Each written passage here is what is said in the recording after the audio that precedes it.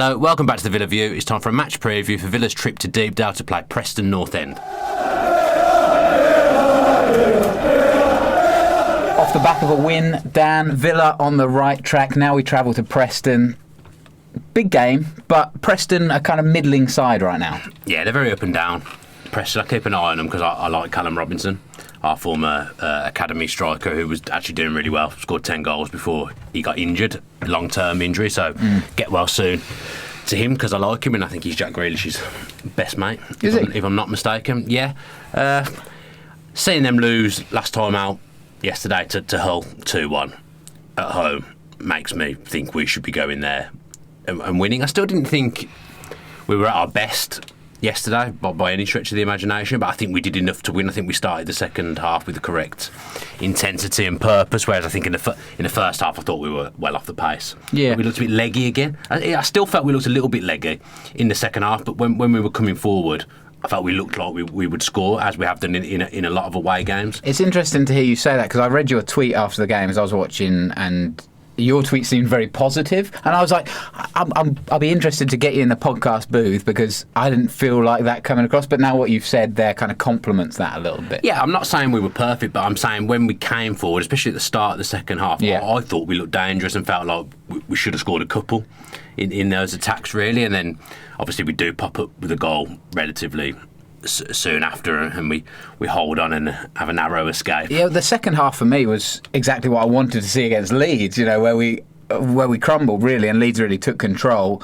Dean Smith didn't allow that to happen. Obviously we didn't have that 2-0 kind of psychological advantage or actual advantage, and we had to go for the win, and it was so much more positive. How does that translate now going to Preston? Because Preston, it's fair to say, aren't as good a side as Swansea, do you think? Well, the league table dictates that they're not as good. They're not having Preston are one of those teams that I always associate. Certainly since we've been in the Championship, we've been not far off playoffs. They're always there challenging. I think they get picked off, don't they? Quite a lot. They've got a good player usually.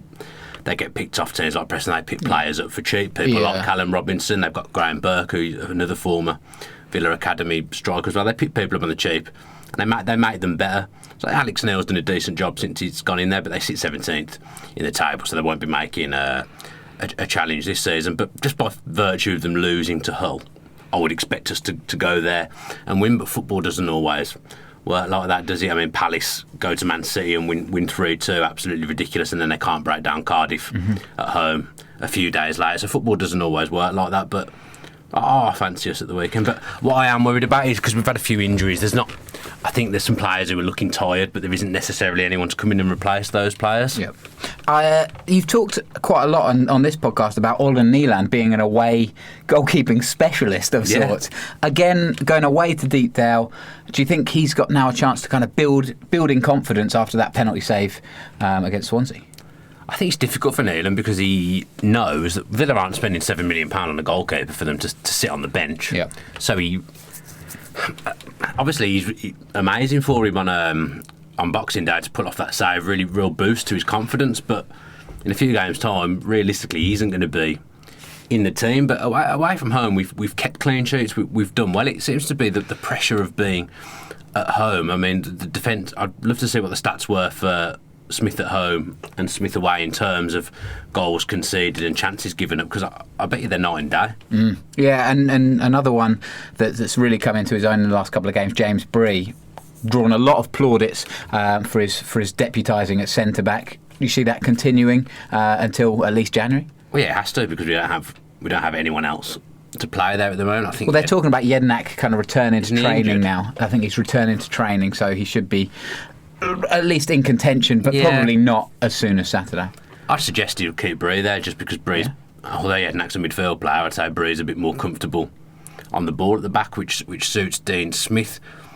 This run of games, I'd say it's not really a massive issue. Obviously for the Leeds game it was a problem because they're a very good side, but they got Namicha up front. They got a young kid who we were linked with actually in the summer from Man City. He's not a big burly striker. He's one that's going to try and get him behind, so it makes sense for it to be Bree rather than Jednak, even if Jednak is fit. But I've said it on other videos, the state we've been left in at the back is unforgivable from Yeah. Steve Bruce, in my opinion. Totally, and that's the biggest. Well, it's one of the biggest knocks, certainly in this podcast of Bruce, is just the absolute mess that we're in at the back now. This game, the reverse fixture when we played Preston at home, that was Cabbage Gate, wasn't it? You know, when Bruce got a cabbage launched at him.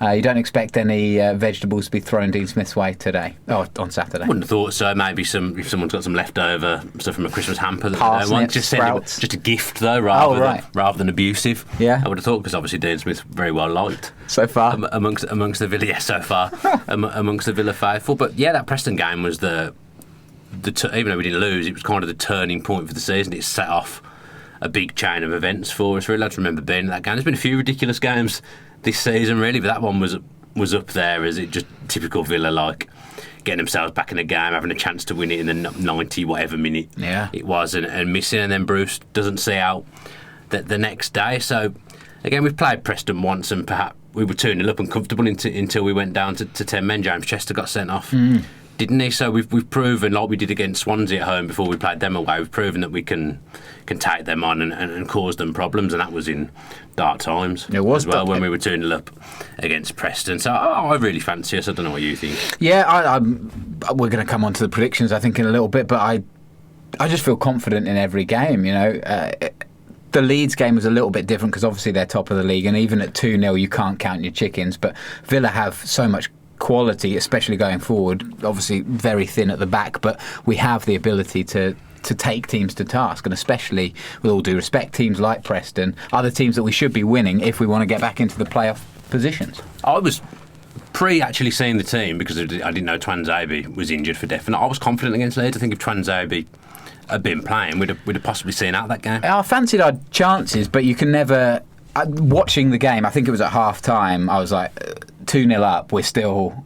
This isn't home and dry, you know, and I think I tweeted I saying... felt the same. Yeah, I felt uncomfortable. Very uncomfortable Yeah. is the right word, and it wasn't just the beers that you were on, was it? Because, you know, I mean, at home for some reason at the moment, you just know we're going to concede 2+ goals. Yeah. Whereas away, yesterday I never felt in trouble. And the worst thing about that, the conceding more than 2 goals, it wasn't Neelan's fault either. Usually you can pile on to Neelan for that, but actually it wasn't his fault. Getting back to the Preston game, and we talked about the array of attacking options, who do you think's going to get the nod? Obviously we've seen Kodja, and then we saw El Ghazi. Balassi's been a kind of consistent since his return to fitness. Who do you fancy against Preston? Good question. Done well, to be fair. You've got no notes here, and you're really not reading off the questions. I can't believe what I'm seeing. I imagine he'll swap Kodja for El Ghazi. Again, there's not, as I've said, there's not much rotation we can do.